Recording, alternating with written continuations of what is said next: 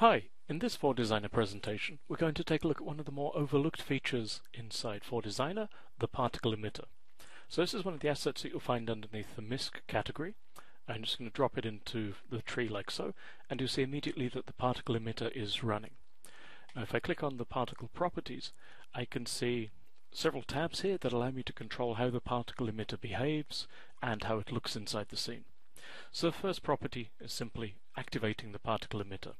I can also adjust the number of particles included in the emitter, so default is 100, I can bump this up to 1000 or maybe 2000 to generate a much bigger cloud of particles, like so.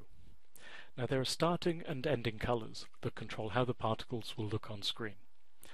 So when the particle is first emitted, the starting color is used, and if I just scroll down, maybe I will take a light blue color like so, and soon you'll see this affecting the particles inside the emitter.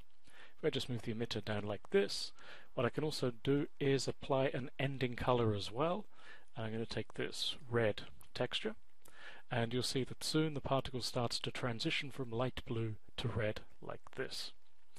Now we can also control how the particle is emitted from the center point here. So what we can do is we can control the size and environment. So first of all we have the gravity. This controls how the particles will flow inside the scene. So if I just change this to 0, we'll see that with no forces pulling on the particle emitter, they just expand outwards from 0, like so.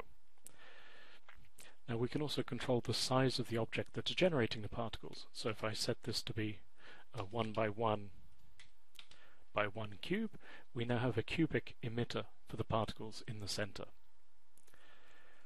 Now for the lifetime, I can control how long each particle lives and the variation as well, so that the particles can live for a variable amount of time and how they should fade out like so.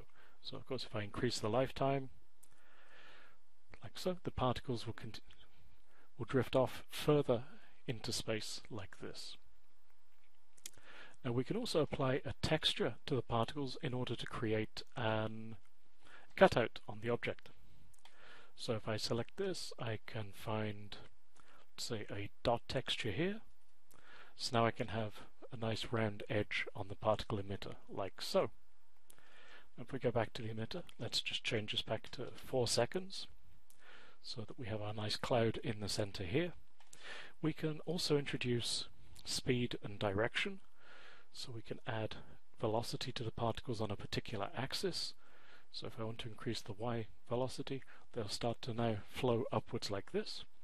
And if we make this a negative number, they'll start to flow down. So if we want to create effects like rain, snow falling from a large object in the sky, so we can do, let's say, weather forecasts, things like this, we can very easily create such an effect with the particle emitter.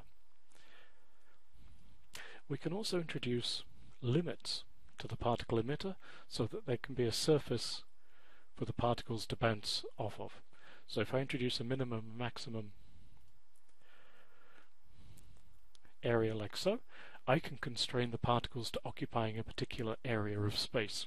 It's a cubic area, but it allows us to control how the particles behave very explicitly.